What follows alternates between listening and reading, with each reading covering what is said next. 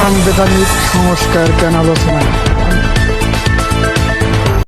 আমি আব্দুল হাদ, আমার অবুঝ ভালোবাসা চ্যানেলের পক্ষ থেকে সবাইকে জানাই আসসালাম ও শুভেচ্ছা। আসসালামু আলাইকুম।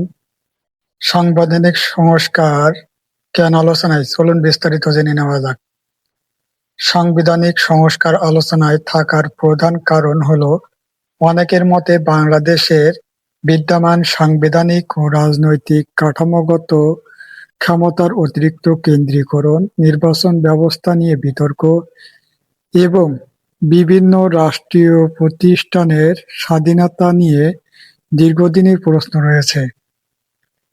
2026 সালের নির্বাচনের পরবর্তী সময়ে এসব বিষয়ে পুনর্বিবেচনায় দাবি আরও জোরালো হয়েছে।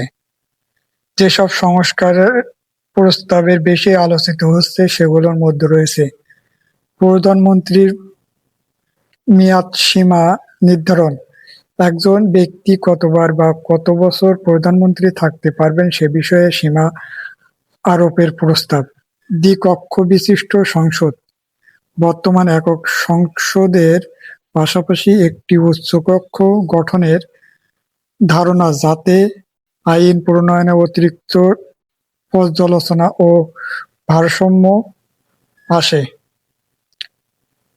বিচার বিভাগের স্বাধীনতা শক্তিশালী করা, আদালত ও বিচারকদের প্রশাসনিক ও রাজনৈতিক চাপমুক্ত রাখার ব্যবস্থা, নির্বাচন কমিশনের স্বাধীনতা বৃদ্ধি, নির্বাচন পরিচালনাকারী প্রতিষ্ঠানের উপর রাজনৈতিক প্রভাব কমানোর চেষ্টা, ক্ষমতার ভারসাম্য, নির্বাহী, আইনসভা ও বিচার বিভাগের মধ্যে ক্ষমতার বণ্টন আরও সুস্পষ্ট করা, নারী ও অন্যান্য গোষ্ঠীর প্রতিনিধিত্ব করা, সংসদ ও অন্যান্য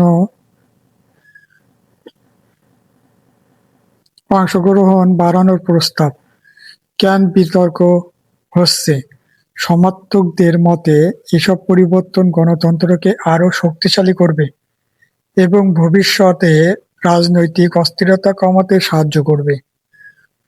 অন্যদিকে সমালোচকদের মতে কিছু প্রস্তাব বাস্তবায়ন করা জটিল হতে পারে, নতুন কাঠামো প্রশাসনিক ব্যয় বাড়াতে পারে, সংস্কারের পদ্ধতি ও রাজনৈতিক ঐকমত্যের প্রশ্ন এখনো পুরোপুরি মীমাংসিত নয়। তাই সাংবিধানিক সংস্কার এখন শুধু একটি আইনি বিষয় নয়, এটি বাংলাদেশের ভবিষ্যৎ রাজনৈতিক ব্যবস্থা, ক্ষমতার কাঠামো এবং গণতান্ত্রিক প্রতিষ্ঠানের ভূমিকা নিয়ে বৃহত্তর জাতীয় বিতর্কের অংশ হয়ে উঠেছে। ধন্যবাদ সকলকে। চ্যানেলটিকে সবাই সাবস্ক্রাইব করে পাশে থাকবেন।